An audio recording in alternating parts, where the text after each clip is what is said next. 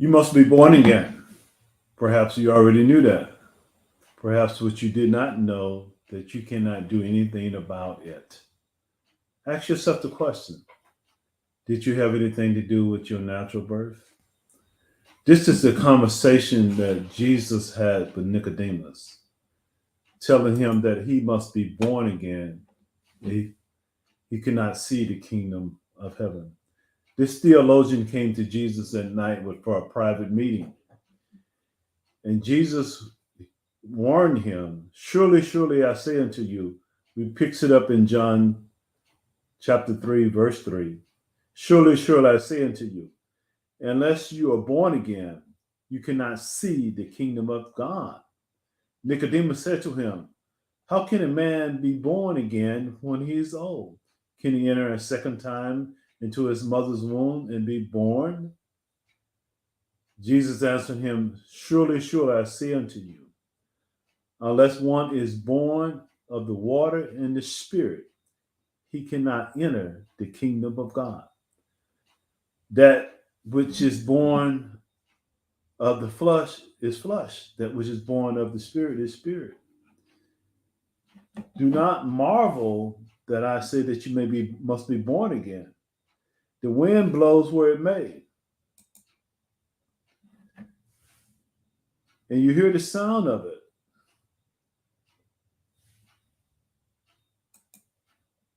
and so is one that's born of the Spirit. This is how the new birth happens.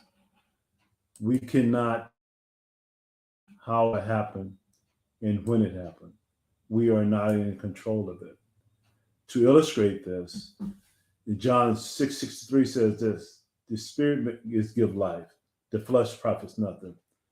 The words I speak to you are spirit and they are life. 1 Corinthians 1:14 says this, the natural man cannot discern the things of God because they are spiritually discerned. 1 Corinthians 2:10 says, no one can say that Jesus Christ is Lord except by the Spirit of God.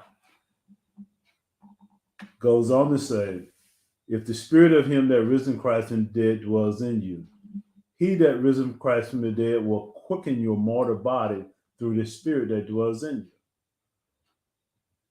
you. Even in Genesis 2:7, he says this, the Lord formed man from the dust of the ground, and he breathed in his nostrils the breath of life, and man became a living being.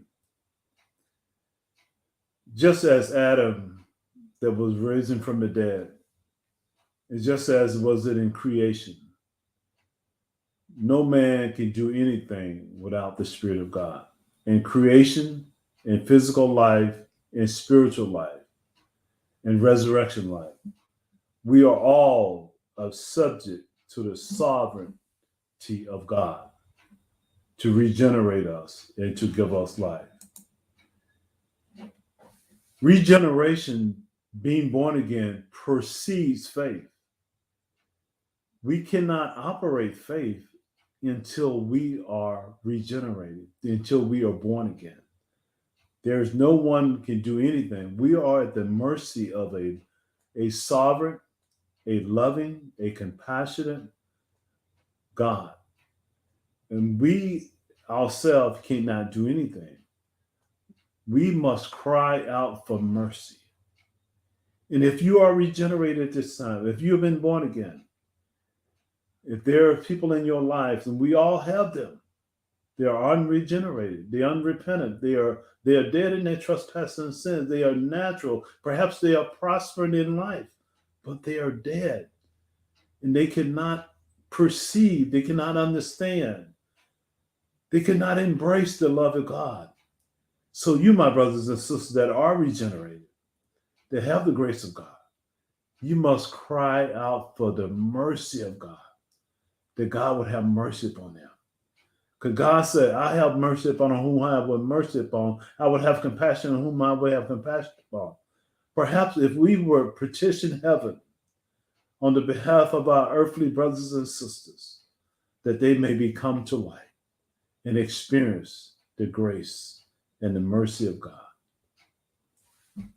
Until then, they are dead and they are subject for destruction. Hear this message. As Jesus said, all those that have ears to hear, let them hear.